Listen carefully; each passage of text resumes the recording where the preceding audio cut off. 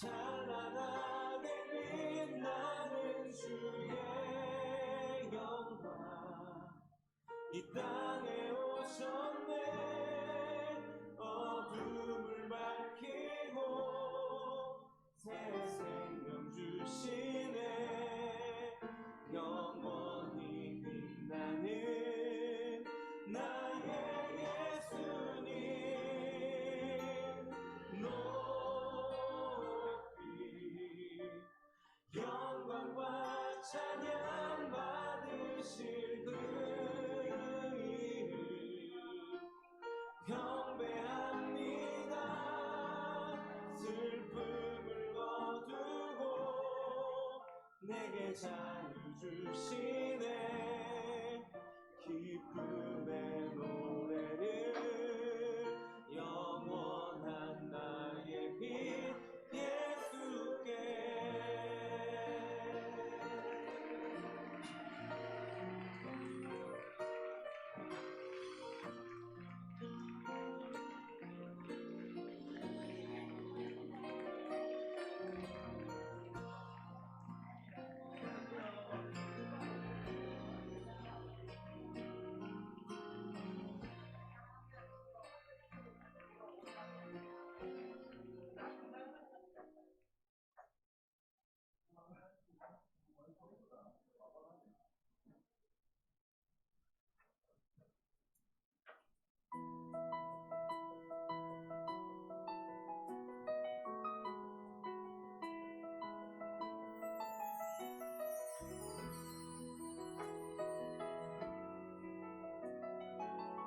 다시 사신 그 주님을 함께 노래하겠습니다.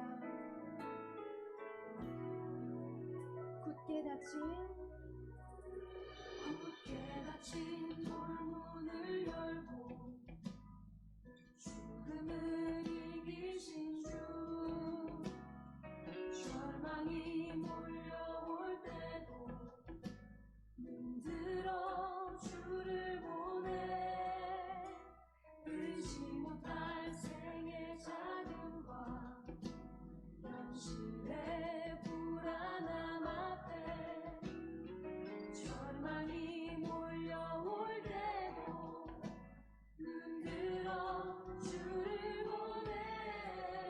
다시 한번 해볼까요? 굳게 닫힌 돌문을 열고 죽음을 이기신 주, 절망이 몰려올 때도 눈들어 주를 보내. 울지 못할 생의 자금과 현실의 불안함 앞에 절망이 몰려올 때도 눈들어 주를 보내.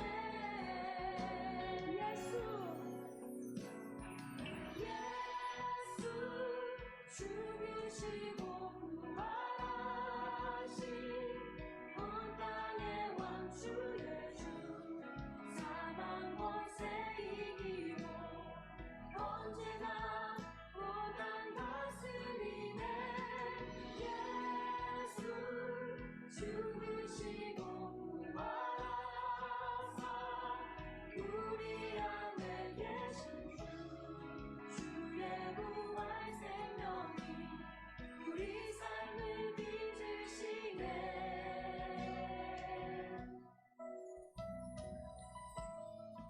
주님께서 그 죽음을 이기고 나오신 것처럼 오늘 우리의 삶 가운데 우리의 그 죽음, 우리의 그 어두움도 이기고 나오시는 그 주님의 능력으로 우리가 동행하실 것을 믿습니다.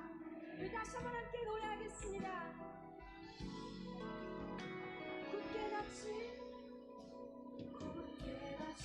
돌문을 열고 죽음을 이기신 주, 절망이 몰려올 때도 눈들어 주를 보내. 의지 못할 생의 자금과 현실의 불안함 앞에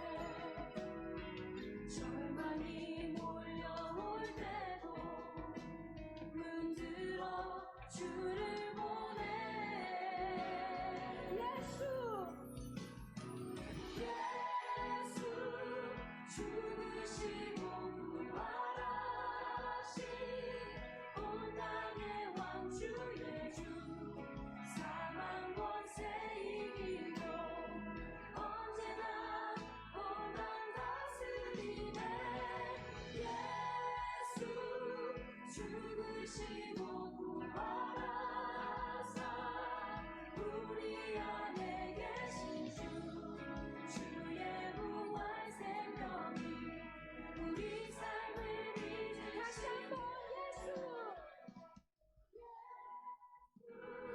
죽으시고 부활하신 온 땅의 왕 주의 주 사망 권세 이기고 언제나 온 땅 다스리네 예수 죽으시고 부활하사 우리 안에 계신 주 주의 부활 생명이 우리 삶을 빚으시네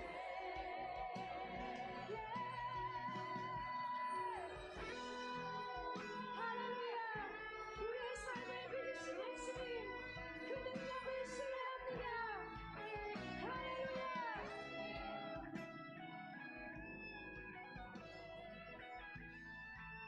우리 함께 고백하겠습니다 주의 죽으심과 함께 죽고 주의 사심과 함께 살리 주의 죽으심과 함께 죽고 주의 사심과 함께 살리 주의 죽으심과 함께 죽고 주의 사심과 함께 살리 주의 죽으심과 함께 죽고 주의 사심과 함께 살리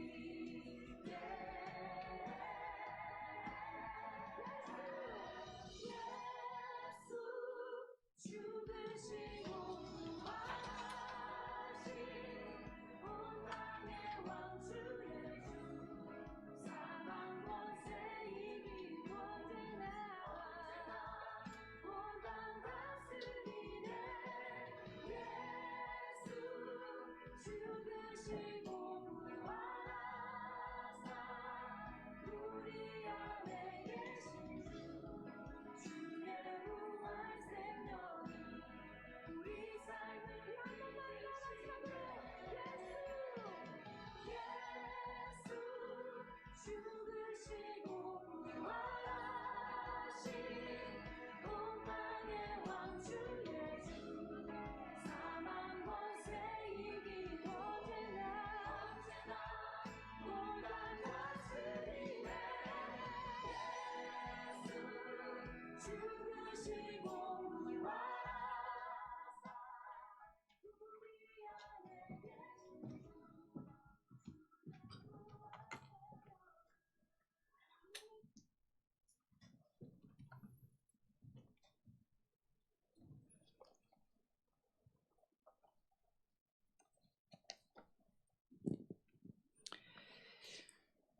예, 성령 강림 후 두 번째 주일 예배를 같이 드리겠습니다. 오라 우리가 여호와의 산에 올라가서 야곱의 하나님의 전에 이르자. 그가 그의 도를 가지고 우리에게 가르치실 것이니라. 우리가 그의 길로 행하리라 하리니 이는 율법이 시온에서부터 나올 것이요 여호와의 말씀이 예루살렘에서부터 나올 것임이라. 하나님은 영이시니 예배하는 자가 영과 진리로 예배할지니라. 아멘.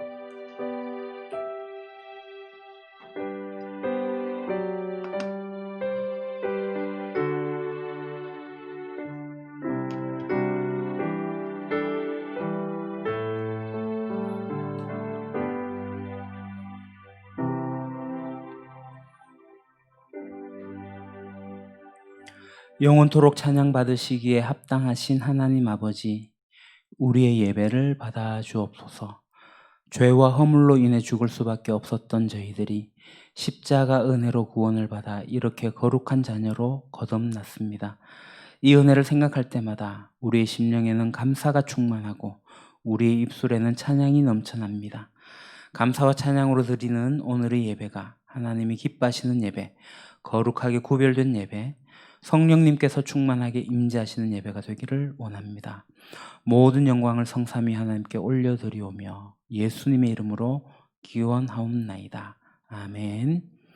다 같이 일어나셔서 찬송가 6장으로 찬양드리겠습니다.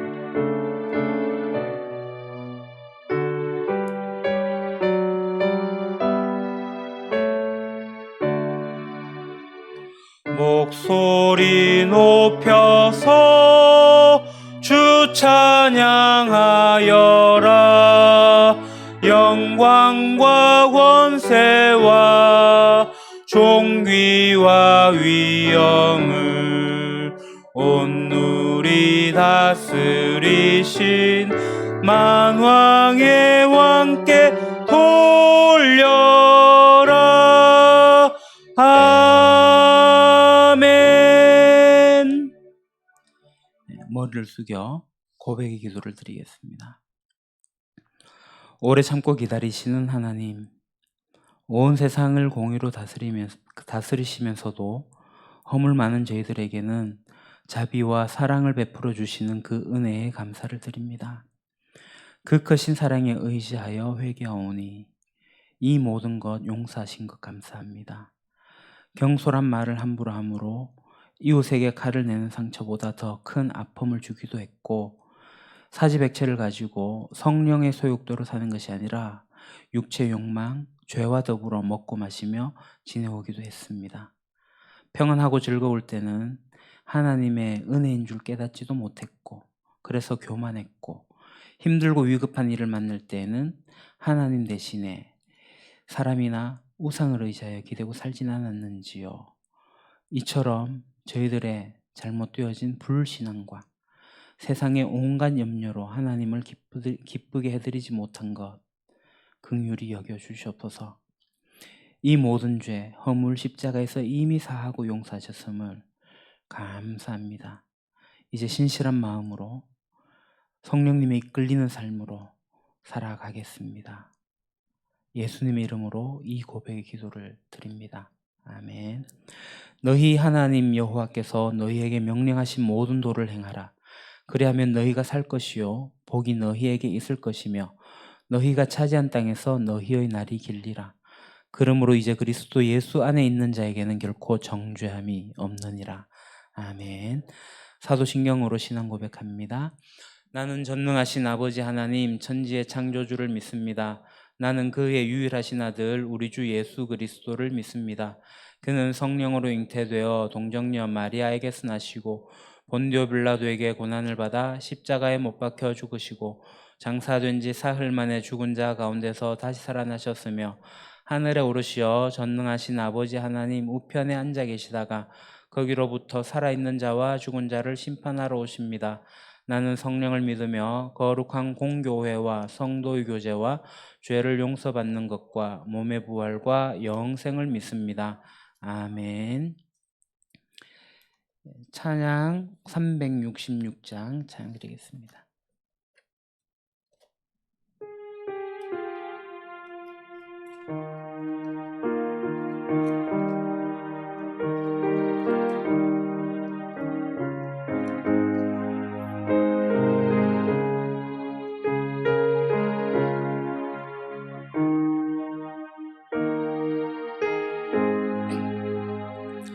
어두운 내 눈 밝히사 진리를 보게 하소서. 진리의 열쇠 내게 주사 참빛을 찾게 하소서. 깊으신 뜻을 알고자 엎드려 기다리오니 내 눈을 뜨게 하소서. 성령이여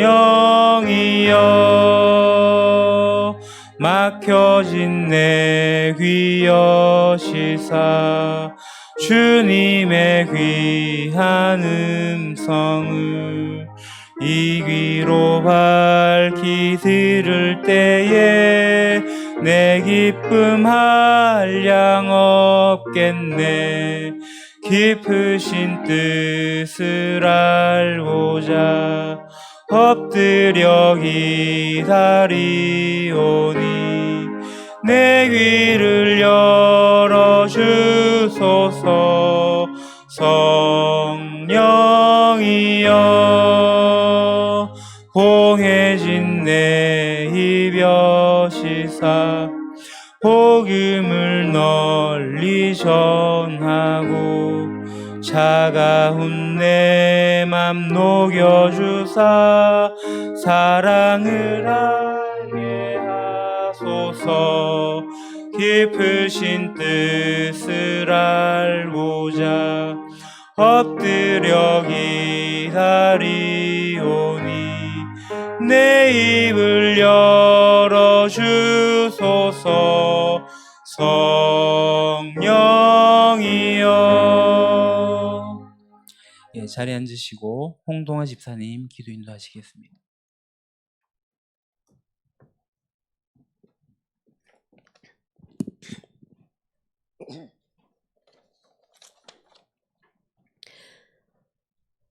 오늘도 우리를 향해 은혜와 사랑과 용서를 베풀어 주셔서 사랑하는 우리 유림 공동체가 함께 예배하게 하시니 감사드립니다. 지난 한 주간도 하나님 나라를 열심히 살아내려고 참고 애쓰며 노력하였습니다. 그러나 부족하고 게을렀음도 고백합니다. 내 몸을 성령의 전으로 사용되길 소원합니다. 불의한 일에 맞서고 사랑하는 일에 힘쓸 수 있게 도와주옵소서. 항상 하나님과 함께 서야 할 자리가 어디인지 살피며 삶의 열매, 성령의 열매를 맺어갈 수 있게 도와주옵소서. 아버지 하나님의 뜻이 우리 유림교회를 통해 이루어지길 원합니다. 이 경주 지역사회를 향한 하나님의 뜻을 펼치게 하시고 하나님 나라 백성으로 하나님을 누리며 저희들을 통해 주변에 찾는 이들이 하나님을 찾을 수 있도록 하여 주옵소서. 주님, 이 땅에 전쟁이 나고 둘로 나뉜 지가 70년째가 됩니다.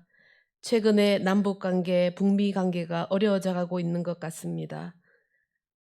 화합하게 하시어 통일의 문을 열어주옵소서. 새로 출범하는 국회와 위정자들에게 지혜를 주시고 북의 대표들의 마음을 온유케 하셔서 남과 북이 하나가 되어가게 하옵소서. 주님, 오늘은 촉촉한 비가 내려 시원함을 즐깁니다. 무더운 여름을 잘 견뎌내며 아버지 하나님께서 써내려가시는 역사에 동참하는 즐거운 매일을 걸어가도록 이끌어 주옵소서. 이 시간 저희들의 작은 정성을 주님께 올려드립니다. 이 헌금이 유림교회 공동체를 세워가는데 합당하게 쓰여지게 하시고 풍성함을 누리게 하옵소서. 연약한 우리를 도우시고 날마다 영원한 삶의 기쁨을 풍성하게 주시길 원하시는 예수님의 이름으로 기도드립니다. 아멘.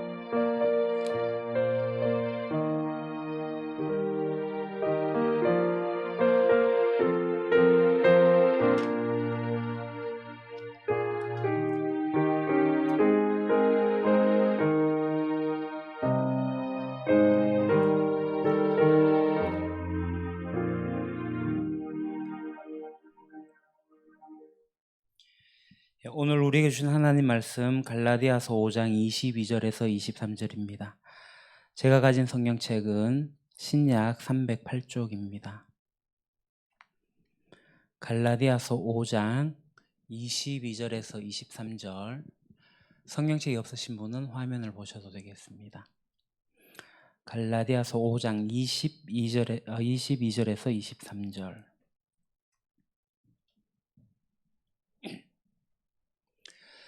우리 같이 봉독하도록 하겠습니다. 오직 성령의 열매는 사랑과 희락과 화평과 오래 참음과 자비와 양성과 충성과 온유와 절제니 이 같은 것을 금지할 법이 없느니라. 아멘. 예, 오늘은 퀴즈로 시작하겠습니다. 예수님의 얼굴을 고르십시오. 고르셨습니까? 자, 1번 손 내리시고, 2번 손 내리시고, 3번 이거 가짜. 내리시고 4번. 4번은 다 아시죠? 스티븐 스필버그 감독이 영화를 제작할 때 영화 주인공입니다. E.T.라는 존재고요. 3번은 접니다. 저를 손드신 분은 여러분 위험합니다. 제가 교주가 되거나 이상한 존재가 돼가지고 여러분 그렇게 하지 마십시오. 저는 예수님을 닮아가고 싶어하는 사람이지 예수님이 아닙니다. 이제 문제는 뭐냐면 우리가 잘 알고 있는 예수님 얼굴을 1번으로 많이들 이해하세요. 1번은 누구냐면 영화 배우입니다. 신의 아들이라는 영화에서 예수님 역할을 감당했던 포르투갈 사람입니다. 이름이 디오고 모르가도라는 배우고요. 이제 2번이 좀 낯설 겁니다. 2번은 영국의 공영 TV라고 하는 BBC라는 매체가 있습니다. 그 매체가 1년마다 기독교적인 다큐멘터리를 계속 만들어내는데 신의 아들이라는 다큐멘터리를 하게 될 때 모든 과학적인 자료를 조사해서 예수님의 얼굴이 이랬을 거다 하고 만든 가장 과학적으로 접근한 예수님의 얼굴이 2번입니다.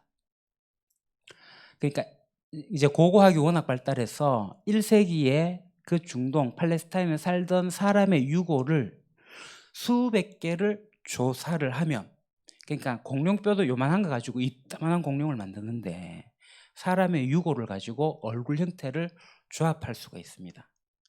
그래서 그때 셈 계열 얼굴을 조합해서 아마 그때 당시에 예수님은 이랬을 거다라고 그나마 과학적으로 가장 접근한 부분입니다. 그래서 우리가 이 2번 예수님 하면은 되게 낯설어요. 그렇죠. 그러니까 우리 중세시대 예수님이 어떻게 그려졌는가를 그 다음 그림을 보겠습니다. 예수님을 그릴 때 이렇게 표현이 되어집니다. 우리가 또 잘 아는 거는 여러분들이 보시는 오른쪽 위에 있는 저 얼굴, 예수님의 이미지 하면 딱 저 얼굴 이미지가 떠오르죠. 유럽풍의 이미지입니다. 이제 중세 시대는 이렇게 벽화로 그려졌고요. 왼쪽 위와 왼쪽 하단은 렘브란트라는 화가가 그린 예수님인데 이 예수님의 그림이 2개가 지금 현존하고 있고 딴 나라에 있다더라고요. 예수님의 모습을 이렇게 그렸습니다. 제가 지금 예수님 얼굴이 진짜 뭐냐, 예수님에 대해 가지고 이제 고대에 이제 1세기, 2세기, 3세기부터 예수님의 뭐 그림들을 쭉 가지고 이야기하면 한 30-40여 분 정도 재미있게 할 수 있을 것 같아요. 그 이야기를 하려고 하는 게 아니라 예수님의 이야기, 얼굴을 통해 가지고 오늘 우리의 얼굴을 한번 보자 라는 겁니다. 옆 사람 한번 돌아보십시오. 한번 그냥 유심히 한번 보십시오. 그리고 내 얼굴을 한번 보십시오. 내 얼굴은 거울을 보거나 요즘 이제 휴대폰 셀카로 자기의 얼굴을 보거나 그렇게 하는데요. 그러니까 이제 휴대폰을 보고 거울을 보고 할 때 내 이미지가 또 다릅니다. 그러니까 나의 좌우가 대칭되어서 나오는 거울의 모습, 사진을 찍어서 좌우가 바뀐 내 모습이 바뀌어집니다. 그러니까 제가 지금 왼쪽 가르마가 이쪽으로 이렇게 돼 있잖아요. 찍어보면 오른쪽 가르마로 나와요. 이미지가 조금 왜곡되어져서 나를 바라보게 되죠. 그러니까 이게 중요한 게 아니라 이 얼굴이 오늘 어떤 거냐 이걸 좀 보려고 해요. 그래서 이 얼굴은 우리 순수한 우리나라 말입니다. 얼과 굴이 더해진 말이고요. 얼은 뭔지 잘 아시죠? 얼은 이겁니다. 정신에서도 중심이 되는 부분을 얼이라고 합니다. 그러니까 영어로는 이 얼을 스피릿 또는 소울, 마인드 뭐 이렇게 표현을 할 수가 있습니다. 그래서 이 얼을 가지고 우리가 우리말을 참 많이 만들었어요. 얼이 나간 사람 뭐라고 할까요? 얼간이라고 하죠. 얼이 익지 않아 가지고 얼이 썩어버리면 어리석었다, 어리석다가 되는 거예요. 그러니까 얼이 둥절하기도 하고요, 얼이 떨떨하기도 하고요. 그렇습니다. 어리바리하면 어리바리가 되는 거고요. 어리치면 얼치기고, 그죠? 어리뜨면 얼뜨기가 되는 겁니다. 그러니까 어리란 단어가 참 많이 있어요. 이게 정신이라는 부분으로 이해할 수 있습니다. 제가 좋아하는 어리 들어간 말은 얼싸안다입니다. 자, 앉는 거, 쌓는 거, 얼싸안는 거. 이미지가 기억되나요? 몸만 앉는 게 아니라 얼을 쌓는 거예요. 전인격적으로 얼싸안는 겁니다. 사실 우리 교회 공동체가 얼싸안을 수 있는 그러한 공동체가 되면 참 좋겠다라는 생각을 합니다. 그러니까 제가 이제 여러분들의 얼굴을 한번 보라 얘기했는데, 그러니까 얼굴에는 이 얼이 드러나게 돼 있어요. 정신이, 마음이, 스피릿이 나타나게 된다는 거예요. 그래서 여러분들의 얼굴을 보게 되면 인자한 모습이 나타날 때도 있고 굉장히 표독스러운 모습이 나타날 때도 있고 그렇습니다. 그러니까 우리가 하나님의 품에 앉아 있을 때 우리의 영이, 그럴 때 나타나는 우리의 얼굴의 표정과 그렇지 않을 때 얼굴의 표정이 달라져요. 저는 20대 때 이런 얘기 들었습니다. 성엽이라는 후배가, 형은 가만히 앉아 있었고 무표정으로 있으면 무섭다.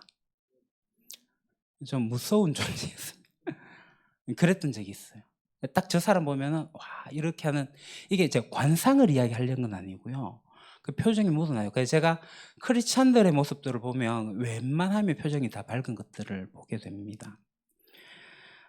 그래서 얼굴 표정을 본다는 거. 그러니까 그것은 결국은 자기 사랑과 연결지어서 볼 수가 있다는 겁니다. 그래서 제가 이 얼굴 이야기하는 것은 나를 정말 사랑하고 있을 때 나의 얼굴 표정이 달라지겠구나 라는 겁니다. 사실 우리가 하나님과의 관계를 맺고 있을 때 자기 자신을 사랑할 수가 있잖아요. 그러면 내가 하나님 품에 있기 때문에 내 표정이 밝아집니다. 환해집니다. 이게 잘생기고 못생기고의 문제가 아니라 딱 저 사람 봤을 때 이 사람이 정말 하나님의 사람이구나 게 확 다가올 때가 있습니다. 나의 영이 그의 영을 만나서 알게 되는 그런 것들이 있다는 거죠. 자, 그래서 오늘 이 자기 사랑, 얼굴로 드러나게 되는 자기 사랑을 좀 이야기하려고 합니다. 자기 사랑이 뭐죠? 진정으로 자기를 사랑한다는 것은 예수 그리스도 안에 있기 이전의 상태를 부인하는 겁니다.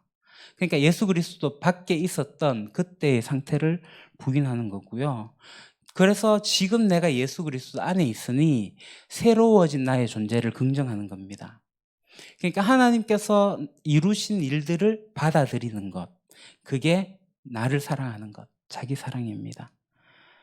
근데 이것을 우리가 머리로 받아들이고 인지하고 그것을 지적으로 동의를 하는 것으로 그치면 안 돼요. 그것이 우리의 마음속으로 와서 내 안에 이미 와 계신 성령님을 인정하는 것, 그래서 성령님을 따라 살아가는 것, 그것이 결국은 자기 사랑입니다. 하나님 나를 받아들이셔서 예수 그리스도 안에서 내가 새롭게 되었어. 여기에서 더 나아가서 내 안에 계신 성령님을 따르는 것이 결국 자기 사랑입니다. 자, 이 도표를 보시겠습니다. 하나님을 알아가고 하나님을 사랑하게 되면은 자기를 사랑하게 돼요. 그래서 자기를 사랑하게 될 때 두 가지가 뭐죠? 자기를 부인하고 성령 충만을 받아야 되는 거예요. 그러니까 자기 부인은 우리가 두 가지 육체적 욕망에 대해서 오늘도 알아보겠지만 그하고 성령을 이끌림을 받아서 결국 성령 충만까지 가게 되는, 그건 이제 다음 주에 알아보도록 하겠습니다. 그래서 우리가 자기를 사랑한다는 것, 이미 계신 성령님을 따라가는 거다라는 겁니다. 지난주에 한 주 동안 살아가면서 육체의 욕망을 따르고 있는지 성령의 욕망을 따라가고 있는지 한번 민감하게 살펴보자라고 했는데 한번 해보셨습니까? 민감하게 반응을 해보셨습니까? 내 속에서 이미 죽었던 이 육체적 욕망, 그리고 내 안에서 성령님이 바라시는 것들, 그런 것들을 민감하게 살펴보면서 우리가 살아가야 돼요. 이게 지금 훈련이 전혀 되어 있지 않습니다. 그래서 이 훈련들을 여러분들이 하셔야 돼요. 그래서 내가 어떠한 문제를, 어떠한 상황을, 어떠한 조건들을 만나게 될 때 내가 어떻게 반응하고 있는지, 그게 육체적 욕망을 따라서 반응하고 있는지 성령이 이끄시는 대로 반응하고 있는지 그것을 민감하게 살펴보셔야 돼요. 물론 육체적 욕망으로 반응할 때가 있습니다. 근데 그것을 민감하게 살펴서 아, 내가 육체적 욕망대로 따라갔구나 라고 할 때 회개하고 돌아서는 거죠. 근데 이걸 하지 않으면 돌아서지를 못합니다. 그러니까 성령님을 쫓아가게 될 때 진정으로 자기를 사랑하게 된다라는 겁니다. 그래서 오늘 부인해야 할 것과 다시 긍정해야 할 것을 좀 더 구체적으로 살펴보려고 합니다. 자, 그래서 육체적 욕망은 우리를 그리스도 밖에 있을 때, 그리스도 안에 오기 이전의 상태로 계속 유혹을 해요. 육체적 욕망은. 그리고 성령 욕망은 그리스도 안에서 새롭게 되어진 나를 계속 그에 걸맞게 살아가도록 이끌어 가십니다. 그래서 오늘 이제 성령님이 일하심을 우리가 살펴보게 될 텐데, 먼저는 우리가 이 육체적 욕망을 어떻게 부인해야 할 것인지 이 구체적으로 좀 살펴보려고 합니다. 주보를 보셔도 되고요. 앞에 화면도 보셔도 되는데요. 우리가 부인해야 될 육체적 욕망에 이런 것들이 있습니다. 육체적인 욕심, 첫 번째가 쾌락입니다. 쾌락 자체가 나쁜 건 아니에요.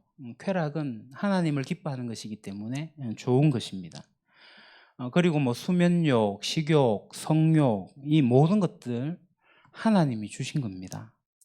이 쾌락이 나쁜 것이라고 해서 금욕주의자들이 있었습니다. 이런 것들을 우리가 하면 안 된다. 그게 하나님을 기쁘시게 한다라고 생각했던 적도 있습니다. 그렇지 않습니다. 이것은 하나님께서 우리에게 선하게 주신 건데 이것의 범위를 넘어서게 될 때 이제 문제가 되기 시작하는 거죠.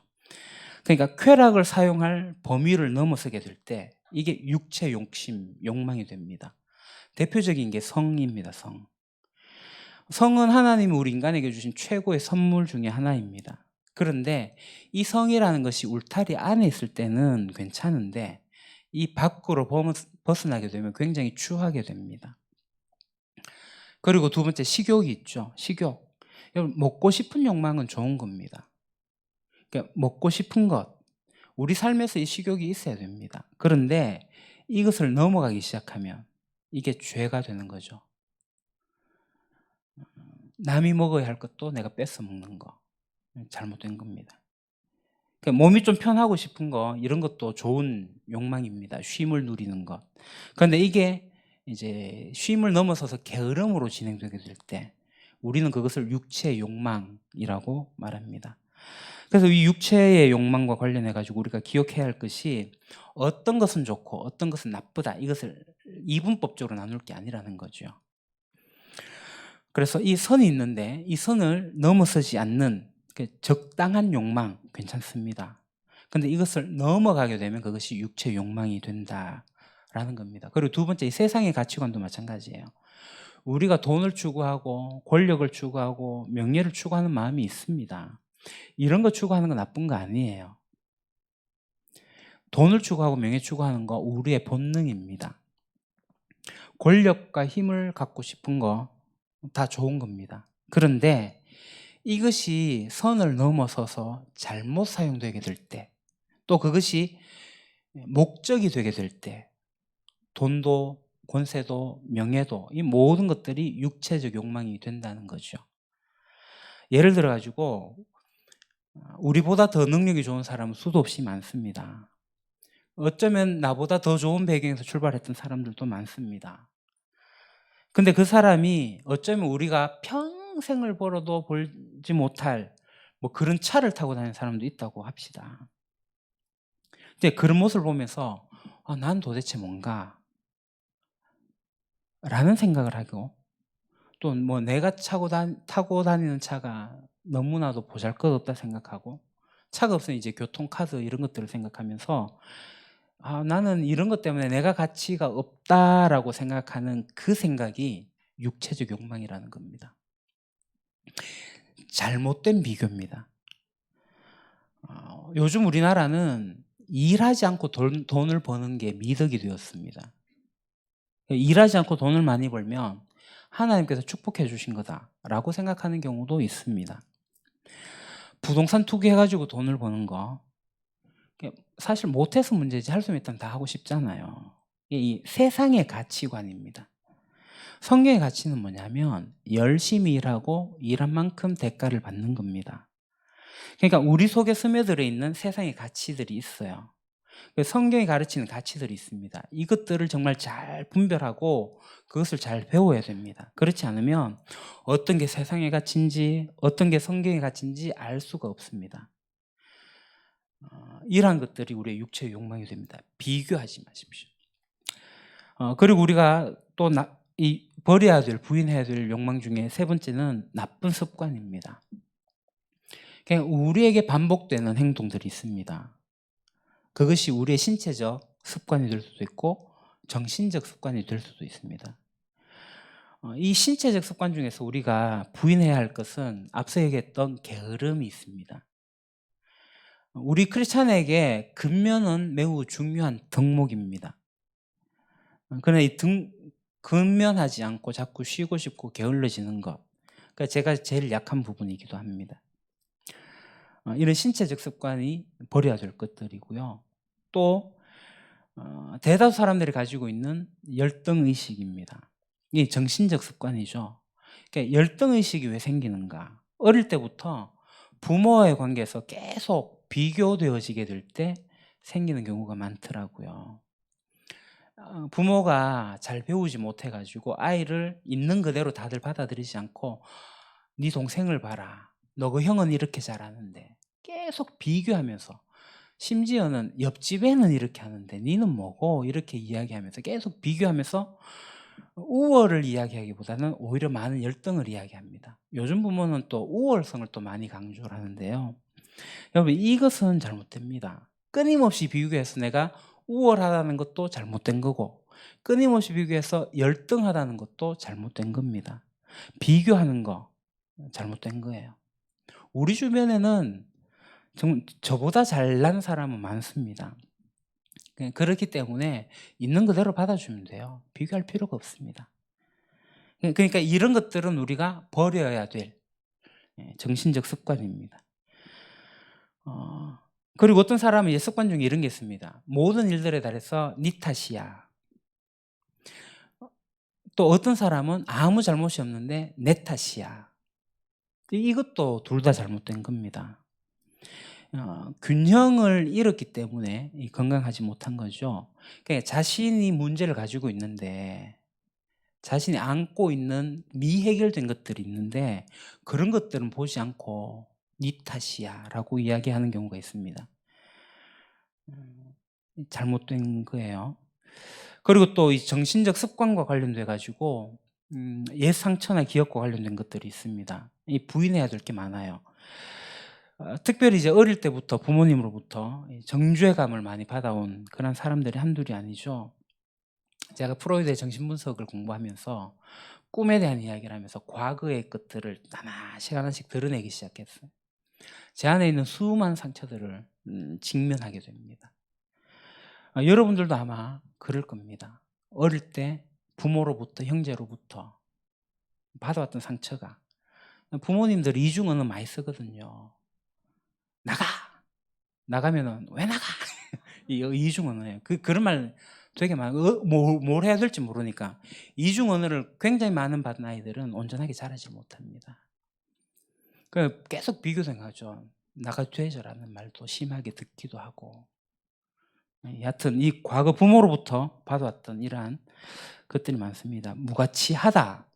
나는 여러분들도 어쩌면 그럴지 모르겠습니다. 너 무가치하다라고 표현은 안 했지만 은연중에 내 말 속에서 자녀를 향해서 계속 공격하는 말들이 나왔을지도 모릅니다. 제가 기대했던 게 있는데 아이가 그걸 따라주지 못할 때 비난하고 공격했던.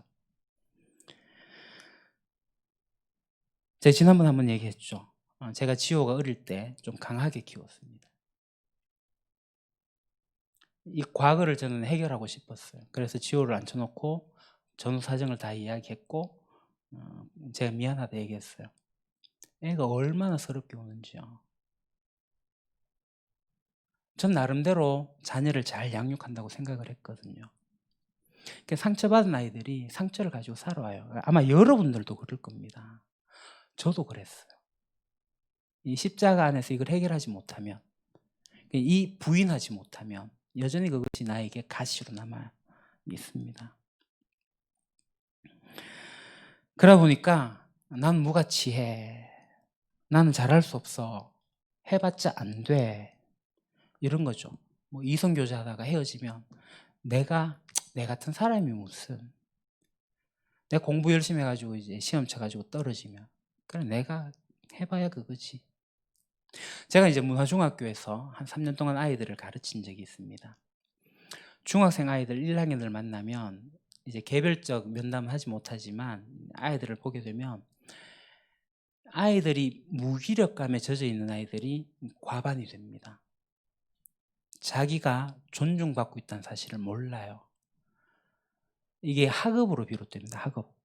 그러니까 중학생부터 학업에 대해서 포기하기 시작한 아이들이 나와요. 수학 몰라요. 영어 하기 싫어요. 왜냐하면 초등학교 때부터 부모로부터 계속 억압된 강요된 학업을 해오다가 해도 안 되는데 포기해요. 학원 보낸들 놉니다. 안 해요. 근데 부모는 학원 보내면 공부할 줄 아는데 안 그렇습니다. 제가 청소년에 오래 했잖아요. 그냥 돈 학원에 그냥 갖다 주고 학원 돈 벌려주는 겁니다. 진짜 학원에서 제가 공부한 애들 보니까 10여 프로, 많으면 20% 공부하고 나머지 80% 친구 만나러 놀러 가요. 물론 그래도 거기에서 조금 듣는 귓돈량이 있어가 조금 올라갈지 모르겠지만 그렇더라고요. 이제 부모가 계속 억압을 하고 강요를 하기 때문에 생기는 그런 문제들이 있습니다. 그래서 학생들을 만나서 상담하고 존중함을 이야기하고 그래 얘기를 해요. 어제도 제게 이제 경주제일교회 청년 중에 하나가 대구로 이사를 갔는데 전화가 왔어요. 이 친구도 역시 이제 여러 가지 장애를 안고 있는데 그래서 약도 먹고 있는 친구인데 자기 존재가 무가치하다 생각하는 거죠. 마지막에 얘기했어요. 너 특별한 존재야. 너 하나님의 사랑을 받고 있는 존재야. 절대 그래 생각하지 마. 라고 제가 지지해주고 격려하고 그랬습니다. 사실 우리가 그러한 것들을 잘 배워야 돼요. 그러니까 이런 나쁜 습관들이 있습니다. 자, 갈등이 생기면 문제가 생기고 부정적 사고에 사로잡힙니다. 여하튼 이러한 것들이 우리가 버려야 될 육체적 욕망입니다. 하나님이 기뻐하시지 않는 것들이에요. 정말 또 과거에 실패한 경험들을 가지고 간 사람들이 있습니다. 이 실패를 내 것으로 완전히 소화해내지 못했을 때 그렇습니다. 근데 실패는 실패입니다. 우리가 살다 보면 실패를 왜 하지 않겠어요? 치명적인 실패도 하게 되는데요. 괜찮습니다. 그런 것들을 통해서 우리가 또 배우게 되고요. 또 이런 것들을 통해서도 하나님께서 놀라운 일을 하실 수도 있습니다. 정말 우리를 걸작으로 만들어 가시는 분은 하나님이셔요. 저 같은 존재가 하나님께서 걸작으로 만들어가는 과정 속에 있다는 것을 제가 고백을 합니다. 저는 실패를 많이 했던 사람 중에 한 사람이거든요. 이런 것들은 부인해야 될 것이다. 버려야 될 것들입니다. 근데 이것들을 부인하지 않으면 이것들 우리를 평생 따라와요. 괴롭혀요. 아주 단순한 육체적 욕심에서부터 시작해가지고 내적 열등의식 또는 교만하는 이런 경쟁의식 모든 것들을 그대로 내버려두면 이것들이 우리를 따라와서 우리를 옥죄듯이 우리를 붙들어 가요. 그것이 우리를 성장하는 것을 막아버립니다. 그래서 많은 그리스도인들이 이것을 부인하지 못하니까 교회를 오래 다녀도 성장하지 못하고 있는 거죠. 그래서 이런 것들이 우리 속에서 나오게 될 때 이것들은 그리스도와 함께 이미 죽었다라는 사실을 기억해야 됩니다. 죽었습니다.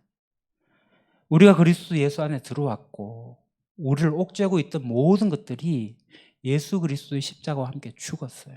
이런 것들이 예수님과 함께 공존할 수가 없습니다. 그리스도 밖에 있었을 때는 이게 우리의 끝이었어요. 그 다음 이거군요. 여하튼 이런 것들이 이미 우리의 것이 아니라는 겁니다. 이미 죽었습니다. 근데 이 사실을 기억하지 못하고 여전히 예전에 내 살던 그 모습에 붙들려 가지고 자신의 영향을 잘 모르고 살아가고 있는 것은 바로 이 코끼리와도 같은 거죠. 학자들이 코끼리가 6.5톤까지 끌 수 있다라고 이야기를 합니다. 그런데 코끼리가 밧줄 하나에 묶여가지고 이 밧줄을 끊지를 못해요. 왜 그럴까요? 어릴 때부터 매여 있었거든요. 어릴 때 그것을 풀려고 발버둥을 칩니다. 근데 이게 안 풀려요. 안 돼요. 끊지 못하게 되어 있어요. 근데 코끼리는 커서도 딱 발에만 하나 묶이면 무기력감에 빠집니다. 나 이거 못 풀어. 그렇게 된다는 거죠. 자기를 사랑하기 전에 정말 제일 먼저 해야 될 게 있는데 그게 뭐냐면 다시 그 다음 페이지요. 이것들 다 부인해야 됩니다. 이것들이 우리를 옥죄고 있다면 우리를 성장하지 못하고 우리가 그 밧줄에 묶인 코끼리처럼 그렇게 살아갑니다. 이게 다 부인해야 할 것들이에요. 이거 죽었어. 이거 그림자야. 실체가 아니야. 라고 부인하는 겁니다. 내가 그리스도 안에 거하게 되었을 때 내가 그리스도와 함께 십자가에 못 박혔음을 인정하는 것. 이 십자가에 다 못 박아 버려야 되는 것들입니다. 여러분, 우리는 그리스도 안에서 새로운 피조물이 되었어요. 하나님 우리를 그렇게 만드셨어요. 그래서 우리는 부활의 능력으로 역사하는 성령님 따라가게 됩니다. 그래서 그 성령님의 힘을 의지해 가지고 이 밧줄을 끊어버려야 됩니다. 그게 이제 우리가 주장하고 우리가 살아가는 방법이죠.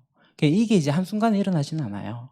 인생을 살아가면서 내가 무엇을 부인해야 할 건지를 발견하고 하나씩 하나씩 그것을 부인해 나가면서 우리가 평생 성숙해 나가는 겁니다. 그리고 이제 우리가 적극적으로 긍정해야 할 것들이 있습니다. 우리가 적극적으로 긍정해야 할 것은 갈라디아서 5장 16절에 나와 있는데요. 내가 또 말합니다. 여러분은 성령께서 인도해 주시는 대로 살아가십시오. 그러면 육체의 욕망을 채우려 하지 않을 것입니다. 성령께서 인도해 주시는 대로. 이 구절은 개역에서 이렇게 얘기합니다. 성령을 쫓아 행하라. 그리고 NIV에서는 이렇게 번역합니다. By the Spirit. 이 원어의 뜻은 성령과 함께 걷는다, 성령으로 산다 이런 뜻입니다. 그러니까 이제 우리가 해야 할 일은 뭐냐면 성령님을 적극적으로 긍정하고 그 성령님을 따르는 겁니다. 그러니까 성령님이 인도해 주시는 대로 살아가는 것, 그래서 성령님에 의해서 살아가는 것, 성령님을 따라가는 것, 성령님을 쫓아 행하는 것, 이런 것들을 우리가 긍정해야 할 것들입니다. 갈라디아서 5장 25절 보겠습니다. 조금 다르게 표현하는데요. 우리가 성령으로 삶을 얻었으니 우리는 성령이 인도해 주심을 따라 살아갑시다. 성령이 인도해 주심을 따라 살아갑시다. 이건 뭐냐면 성령님이 인도하시는 대로, 성령이 지도해 주심에 따라 이렇게 번역할 수가 있습니다.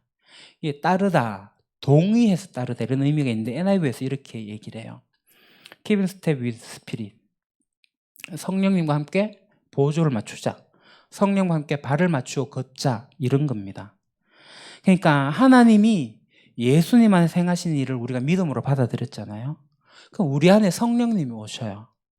그래서 앞에서 살펴본 육체적 욕망, 그러니까 우리가 가지고 있는 가치관, 우리의 습관, 우리의 정신적인 상처, 나쁜 그런 것들을, 과거에 매여 있었던 그런 것들을 다 부인하고 이제 성령님이 우리에게 말씀하시고 우리를 이끌어가시는 것으로 지도해 나가시게 될 때 우리가 그 지도를 따라서 같이 발맞추어 살아가는 겁니다. 그러니까 이 구절은 마치 성령님과 함께 손을 잡고 걸어가는 것 같은 그런 이미지입니다. 어떤 면에서 매우 인격적이고 조화로운 모습 관계예요. 군대에서 나를 따르라 이게 아니에요. 함께 걸어가는 그런 모습입니다. 보기 좋은 그림이죠. 연인들이 팔짱 끼고 손잡고 걸어가는 것도 참 아름답지만 연세가 지긋하신 어르신들이 손잡고 걸어가는 모습 보면 참 멋있습니다. 성령님과 함께 걸어가는 모습이 바로 이 모습이 아닐까. 손깍지를 끼고 같이 걸어가는 것. 이게 잠깐 낭만적으로 하는 게 아니라 평생 그렇게 살아가는 모습. 성령님을 따라 행하는 그런 모습이라고 볼 수가 있습니다. 그럼 우리가 왜 성령님을 따라서 그렇게 살아가야 될까요? 하나님 나라 이중도표를 보겠습니다. 우리가 이 시대를 살아가다가 예수님이 오셨어요. 십자가에서 달리시고 3일 만에 부활하셔서 하나님 나라를 오게 하셨고 예수님이 다시 오시게 될 때 이 세상 끝나고 영원한 하나님 나라가 서게 될 텐데, 그래서 우리가 어떻게 되냐면 이겁니다. 예수 그리스도와 함께 죽었고 예수와 함께 일으켰고 예수와 함께 하늘에 앉혔다. 우리의 존재의 정체성입니다. 내가 지금 이 땅을 디디고 밟고 살아가지만 나의 소속은 하늘나라, 하나님 나라입니다. 그래서 우리가 그리스도 안에서 새로운 피조물이 되었다는 거. 이전 것은 지나갔으니 보라 새 것이 되었도다. 우리가 초록에서 노랑으로 왔다고요. 우리가 하늘에 하나님, 예수님과 함께 앉았습니다. 그래서 우리는 새로운 존재가 되었습니다. 근데 우리가 지금 이 육체를 입고 살아가는 한, 이 세상 가운데 살아가는 한, 우리의 육체적 욕망 끊임없이 우리를 유혹할 것이고, 우리를 정죄하게 될 거고, 우리를 무기력하게 만들어갈 겁니다. 그럴 때 기억해야 할 것은 뭐냐면, 그러한 것들은, 앞서 얘기했던 것들은 다 십자가에 못 박아버리고, 그것은 그림자다 하고 싸워야 될 것들입니다. 그 다음, 이제 우리가 해야 할 일은 예수 그리스도 안에서 이루어지는 일을 믿음으로 받아들이고, 그게 성취되었다라고 주장하고 선포하고 그에 따라서 살아가는 겁니다. 그러면 예수 그리스도 안에서 이루어진 게 뭐죠? 보시죠. 다 외우시죠. 용납되었다, 특별한 존재다, 가족 공동체에 속했다. 예중 두 번째, 특별한 존재, 새로운 피조물이 된 거예요. 내가 예수 그리스도를 믿음으로써 특별한 존재가 된 거예요. 그래서 내 안에 계신 성령님을 따라서 동행하다 보면 예수 그리스도 영인 성령님께서 우리 속에서 예수 그리스도를 통해 사신 이 하나님의 놀라운 일들을 끊임없이 상기시킬 겁니다. 그래서 우리가 매일 아침마다 주장하자 그러잖아요. 선포하십시오. 이게 선포하고 안 하고가 내 삶이 바뀐다니까요. 선포하고 살아가게 될 때 성령님을 따라 살아갈 수가 있어요. 선포 안 하면 자기 존재를 육체적 욕망에 계속 내어줄 수밖에 없습니다. 그래서 그리스도 안에서 이루어진 이 놀라운 일들을 우리가 긍정해야 되는데, 이것을 부인한다면 성령님과 동행할 수가 없는 거죠. 성령님과 동행하면서 이것을 긍정하셔야 됩니다. 이 일들을 믿음으로 고백하고 우리 계신 성령님을 의지하게 될 때 우리가 성령님과 함께 동행할 수가 있습니다. 나는 무가치한 사람이야. 나는 쓸모없는 사람이야. 난 형편없어. 나는 잘하는 게 없어. 이런 생각이 들 때 그렇지, 그래, 난 그래 라고 반응하는 것은 하나님이 하신 일에 대해서 불신하는 겁니다. 그건 불신앙입니다. 성령을 따라 행하지 않는 겁니다. 그런 생각이 들 때 우리는 믿음으로써 나는 그리스도 안에서 용납받았어. 나는 그리스도 안에서 새로운 존재가 되었어. 특별한 존재가 되었어. 이거를 주장하고 선포해야 된다는 거예요. 이렇게 믿음으로 고백하게 될 때 우리가 성령을 따르는 가장 기초적인 일이 됩니다. 자, 그리스도인이 된 이후에 정말 하나님이 주신 놀라운 일들이 있음에도 불구하고 옛날 습관 그대로 살아가는 거, 굉장히 불행한 일입니다. 영적으로 죽은 존재. 어쩌면 그것은 거지 같은 삶을 살던 우리가 영적으로 풍성한 그러한 식탁의 초대를 받게 되었을 때 우리가 거지의 습관이 있어가지고 그 음식을 막 손으로 집어먹는 그런 것들을 부인해야 되지 않겠어요? 나이프 쓰는 방법, 포크 쓰는 방법, 우아하게 할 수 있는 방법, 배워야 되잖아요.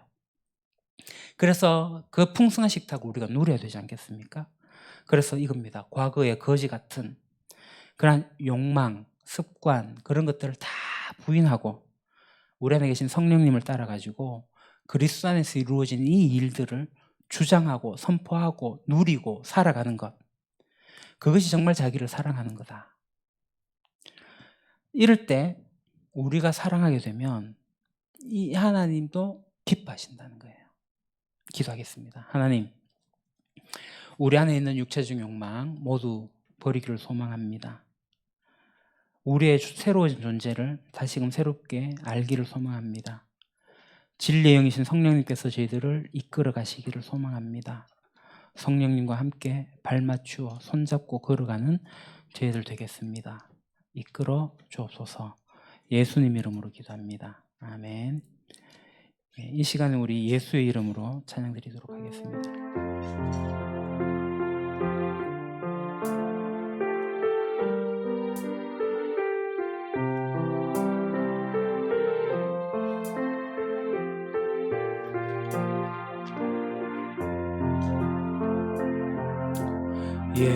예수의 이름 나는 일어서리라. 주가 주신 능력으로 나는 일어서리라. 원수가 날 향해 와도 쓰러지지 않으리. 주가 주신 능력으로, 주가 주신 능력으로, 주가 주신 능력으로 일어서리. 예수의 이름으로 나는 일어서리라. 주가 주신 성령으로 나는 일어서리라. 원수가 날 향해 와도 쓰러지지 않으리. 주가 주신 성령으로, 주가 주신 성령으로, 주가 주신 성령으로 일어서리.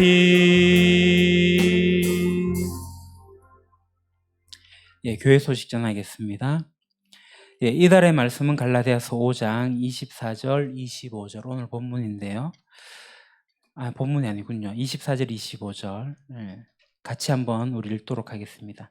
그리스도 예수의 사람들은 육체와 함께 그 정욕과 탐심을 십자가에 못 박았느니라. 만일 우리가 성령으로 살면 또한 성령으로 행할지니. 아멘. 특히 25절 우리가 성령으로 살면 또한 성령으로 행할지니 반드시 기억하십시오. 버들숲 아카데미 일기 이걸 이제 진행하게 됩니다.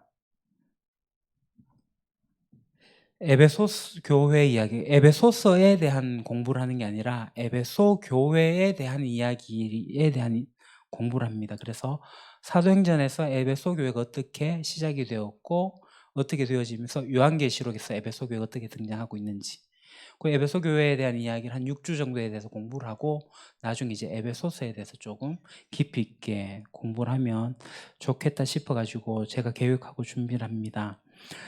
임직식이 끝난 7월 26일부터 6주간 한여름에 진행을 합니다. 더운 날 나가서 뭐 하겠습니까? 본당에서 시원한 에어컨 밑에서 같이 공부를 하면 좋겠습니다. 회비가 있습니다. 회비는 2만 원이고요. 6회입니다. 이 매주 참석 못할 경우에 한 번 참석하게 될 때 5천 원을 내셔야 됩니다.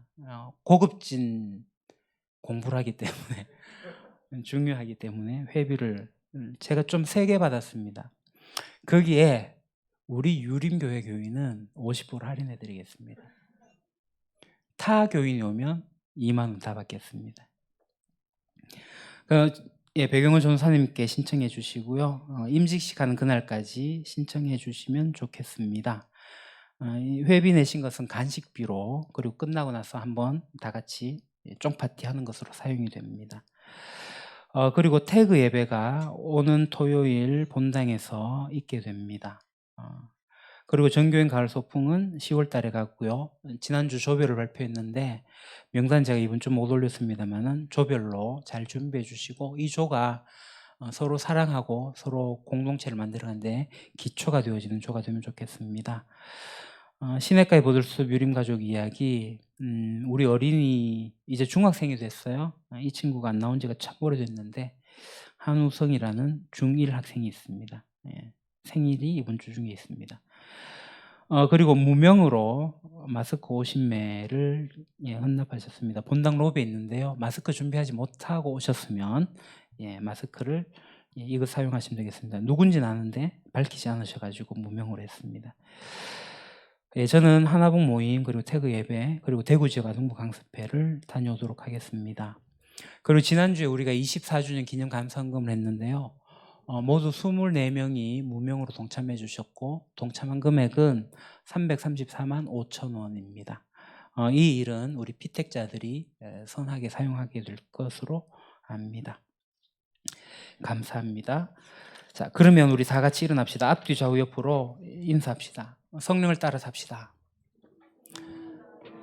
사랑합니다. 환영합니다. 축복합니다. 성령을 따라 삽시다. 우리는 주의 거룩한 보혈로 세워진 하나님의 교회입니다. 이 고백을 같이 하겠습니다.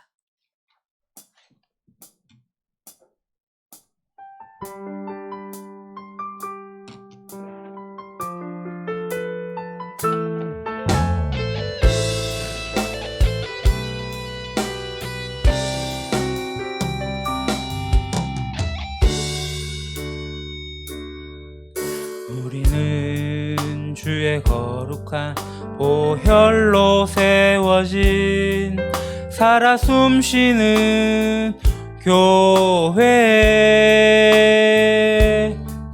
예수를 주로 섬기며 살아가네. 우린 주님 안에 한 가족, 하늘 아버지 우리 안에 계시네. 우린 그날 향한 하늘 가족. 아버지여 우릴 도우사 사랑하게 하소서. 주의 영광을 보내 우린 하늘의 가족. 오 하늘 아버지, 이 백성의 아버지, 당신의 귀한 아들 보내신 높은 사랑. 오 하늘 아버지, 이 백성의 아버지, 하늘 가족 교회 통하여 이 땅의 백성 고치소서. 이 땅의 교회 치유와 회복 하나됨을 경험하게 하소서. 드러내게 하소서. 하늘 가족 교회 통하여 이 땅의 모든 백성 깨달을 수 있도록 돌아오게 하소서. 오 하늘 아버지, 이 백성의 아버지, 당신의 귀한 아들 보내신 높은 사랑. 오 하늘 아버지, 이 백성의 아버지, 유림 가족 교회 통하여 이 땅의 백성 고치소서.